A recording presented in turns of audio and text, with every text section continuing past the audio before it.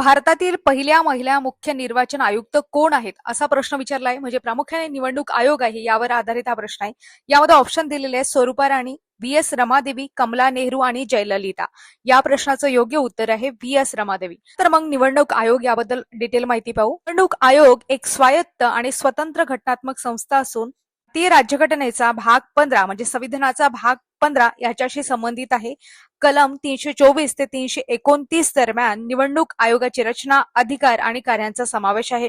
25 जानेवारी 1950 रोजी या आयोगाची स्थापना झाली, म्हणून हा दिवस राष्ट्रीय मतदार दिवस म्हणून साजरा केला जातो. आयोगाची रचना आपण बघितली तर सध्या निवडणूक आयोगामध्ये 3 सदस्य आहेत. यामध्ये एक मुख्य निवडणूक आयुक्त आणि इतर 2 निवडणूक आयुक्त, अशा पद्धतीने 3 सदस्य. त्यांची नियुक्ती कोण करत असते तर भारताचे राष्ट्रपती करत असतात. चा कार्यकाळ आपण बघितला 6 वर्ष किंवा वयाची 65 वर्षे यापैकी जो आधी पूर्ण होईल तो असतो.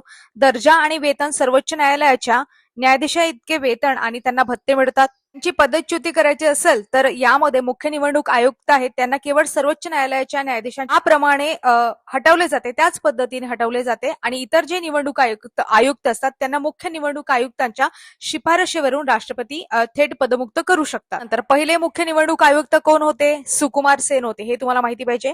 त्याच्यानंतर आणखी महत्वाच्या गोष्टी, 61वी घटनादुरुस्ती 1988 यामध्ये मतदारांचे वय 21 वरून 18 वर्ष करण्यात आले.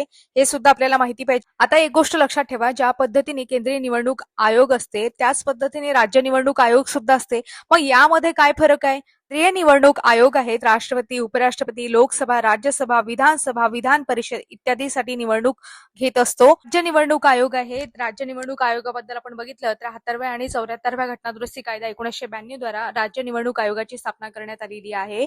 त्यामध्ये कलम 243 नुसार ग्रामीण स्थानिक स्वराज्य संस्था आहे, ग्रामपंचायत, पंचायत समिती आणि जिल्हा परिषद यांच्या निवडणुका घेत असतो राज्य निवडणूक आयोग.